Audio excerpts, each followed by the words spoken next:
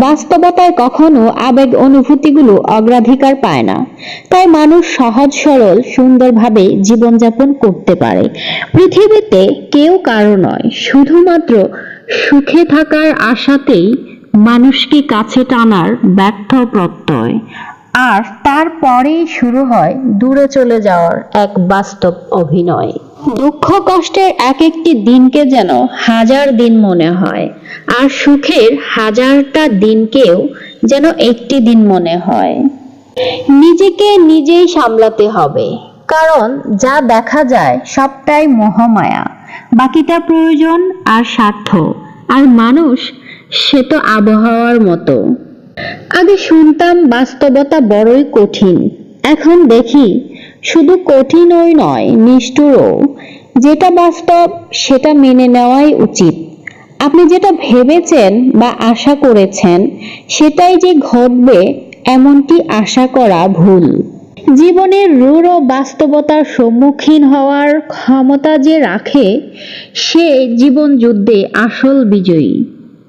আমাদের জীবনের একটি চরম বাস্তব হলো, যে ভালো কাজ করতে ব্যস্ত থাকে সে নিজেই ভালো থাকার সময় পায় না। জীবনকে যদি তুমি ভালোবেসে থাকো তাহলে সময়ের অপচয় করা থেকে বিরত থাকো, কেননা জীবনটা সময়ের সমষ্টি ধারা সৃষ্টি। পৃথিবীতে বেঁচে থাকার জন্য অনেক সময় অনেক কিছু মেনে নিতে হয়। কিছু কিছু মুহূর্ত আসে যখন নিজের অসীম ভালো লাগাকেও বিসর্জন দিতে হয়। যেখানে উচ্চাকাঙ্ক্ষা শেষ হয় সেখান থেকেই শান্তির শুরু হয়। অতীত বা ভবিষ্যৎ বলতে কিছু নেই, বরং বর্তমানই সব।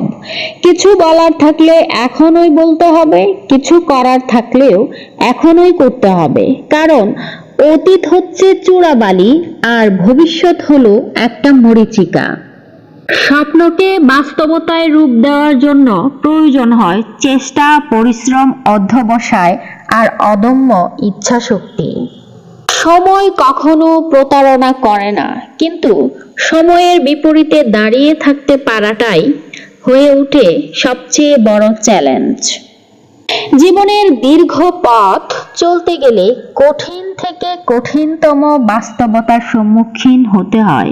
তাই বলে থেমে থাকলে চলবে না, বরং সামনের দিকে সর্বদাই এগিয়ে যেতে হবে। জ্ঞানী লোকেরা কখনোই সুখের সন্ধান করে না, বরং তারা কামনা করে দুঃখ কষ্ট থেকে কিভাবে বেঁচে থাকা যায়।